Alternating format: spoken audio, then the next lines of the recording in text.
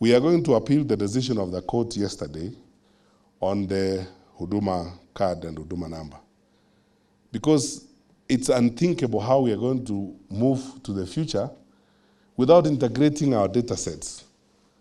And then we are going to ask our colleagues across other branches of government who don't understand this. We are available to help them understand what we are trying to do. Because sometimes people make decisions without understanding what we are trying to do.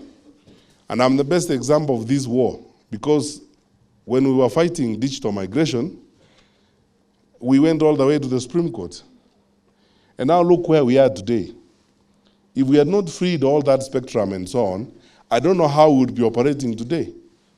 In the era of COVID and so on, when we have to do these virtual meetings and stuff like that, I don't know how we would be operating today. Look at how many TV stations we have in the country, how many radio stations we have in the country, and how we are able to communicate. If we had not migrated at that time, I don't know what we would be doing today. Yet, you know, the High Court ruled against us, the Court of Appeal ruled against us. We had to go to the to the Supreme Court to get judgment that enabled us to migrate from analog to digital broadcasting. And on the Huduma card and the Huduma number, I want to assure you, I am prepared, and my colleagues in government, we are prepared to go all the way. We have no problem even ending up in the Supreme Court on this matter. Because it's very simple, and all of you understand this, and if you may allow me to take a second on this, it's unthinkable that anybody can think otherwise in this day and age. Because if we have data on your ID with the National Registration Bureau, we have data on your birth certificate, we have data on your PIN at KRA, we have data on your driver's license at the NTSA. What we are doing is bringing all that data together so that you are one person, so that you use one card and one number to access services. What is illegal about that? I don't know where some people live. Just go to some countries in the Middle East, the president of Estonia was here the other day, and it's amazing what she told us and what they're able to achieve in terms of technology. We cannot be the only country where you need a handbag to carry your cards, so that, you know, when you get to the petrol station, you remove your bank card. When you go to hospital, you remove another card. When you get to the airport, you remove another document. When you're going to check NHIF, you remove another card.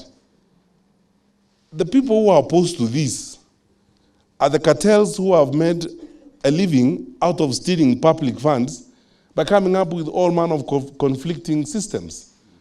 So they will supply a different software and different system at NTSA and insist that they're providing a digital license.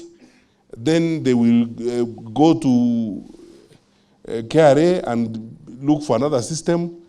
And they've been making money like this theft of public resources. And this is really what is being protected. So we will go to the Court of Appeal, because we are law-abiding, we will go to the Court of Appeal on this matter. And again, just like digital migration, we're here again in the country where we're arguing about ourselves and arguing against each other over something that should be driven by common sense. That's how everyone lives. You just get one card, one single source of truth. Instead of you being so many people, you know, at NHIF you are one person. At the National Registration Bureau you are another person. At the Registrar of Births and Deaths you are another person. You know, when you go to the Attorney General to check your marriage records, you are again another person. You know, and so on and so forth. And we are getting all these data sets and integrating them so that we give you one card. And when you get that card being read by a machine, they can get all the other information they need, and service is given to you in minutes. We want to go to a place where you can even go with that one card. When you get to the petrol station, you can actually fuel using it, because it can access your bank account and get the 2,000 shillings that you have used to pay for fuel and walk away. That's where technology is going. We cannot be the only country on earth where you need to buy a handbag to carry your cards around. So we will go to the Court of Appeal on the matter, because we believe at some point in the chain of seeking to explain ourselves, someone will be reasonable enough and listen to us and see that what we are doing is good for our country and good for the way we are going to go forward. And that's why I'm confident to tell you this. The PS and I and our colleagues in the security sector, We are working on a new system, which we will be inducting you on, where we'll be able to get information deposited in an electronic system in real time from wherever you are, as the ACC in Tarakaniti, if there's a crisis that we need to attend to. And then we can collect our resources in that region, and the RC can be able to coordinate, and the county commissioner very easily, so that we can serve our people. The intention is to ensure that we measure the amount of time it takes to respond to a crisis, so that we're able to serve our people effectively. So please update your knowledge and ensure that you are prepared for the next world. Finally, we are heading to the general elections. We'll talk more about this when we ask our colleagues in the media to take leave, but I want you to know this, that the stability of our country and the security of our people is our foremost responsibility. As administrators, we are not politicians. We work with politicians, but we are not politicians ourselves. So we don't deal with people based on their party affiliation or their creed or their allegiance. The only qualification you need to get services from us is just one. You are a citizen of our country and someone within our jurisdiction. We serve you. The party, your creed, your religious affiliation, your clan, that is your problem. And we don't come in those things. We serve people. We serve our Wananchi. I want to ask you, therefore, to be vigilant when you go out to your stations, to be objective, but also to be firm. Do not bend to political pressure. I am aware, and let me say candidly here that I am aware, and some of my colleagues behind here, the regional commissioners know, the cases where, like in Eastern Province, where a governor or some politicians are trying to push us about our county commissioner. I hold this view. We do not dictate anyone on how they do their job. And no one should dictate us on how we do our job. County commissioners, regional commissioners, all of you people work at the pleasure of the president. And when the president has agreed and decided on our posting, that marks the end of the story. And it is that chain of command that decides deployment. We are not going to be manipulated and told, remove John from here because I don't like him and bring me Mary. That is not someone's job. That is our job.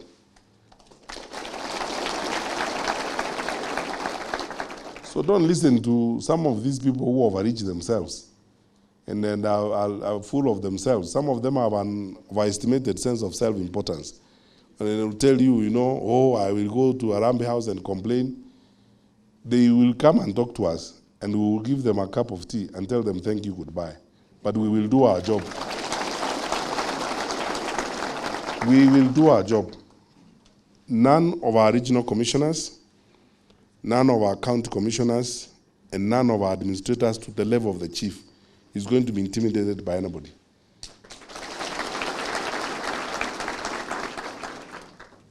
Do your work. We have your back. We will take responsibility. The old edict used to be, you guys in the field take all decisions. We will take responsibility. Carry on with your work. Be firm, be true to our country, follow the law, do the right thing, and serve our people.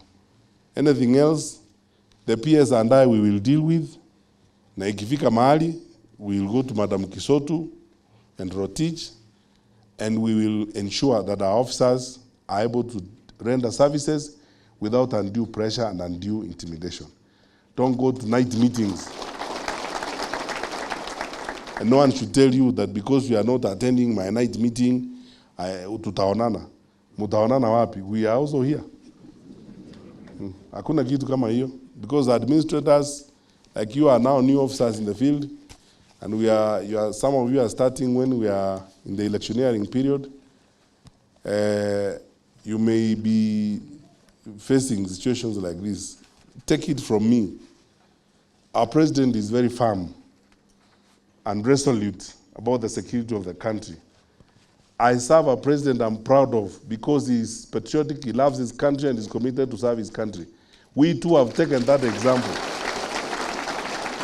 And we will do our work without fear or favor. So don't bend to any of those funny things. Do your work. Kirauni umevaa sio mchezo. Kirauni ya serikali na sheria na ni ya nchi yako. Kama kuna maneno, my good friends are here, the RCs, they will tell you, some of these good people have been in service for a while, they know a thing or two. Some people have threatened them before, and they are not there themselves today. And they are here still wearing crown. So do your work, let's be firm. What's important to me and to all of us is to serve our country. Honestly, fairly, objectively, and respecting our people. Let's love our people. Wherever you go as an SEC, the hallmark of a successful officer, get to know the people you work with, religious leaders, the local priest, local Nyumba Kumi people, know them, work with them. These are the people God has given us to work with. Do not be swayed this way, that way, and so on and so forth. Be a firm officer and be proud of it. Some of these people here, I've had occasion to work with them, some of these regional commissioners. People know them. I mean, the whole country, people know Natembea, ama namna gani. They know, they know Natembea is a farm officer. He's not si mtu wa kucheza hivi namna hii. They know he's a farm officer. And they can't joke with the officers like that. They can't play games with Esther because she's a lady. They know she's farm. And when they will come to tell us things,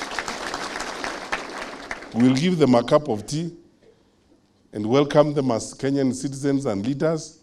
And at the end of what they have said, we will tell them, thank you, have a good day, and let us continue with our work. Thank you, good people, and God bless you.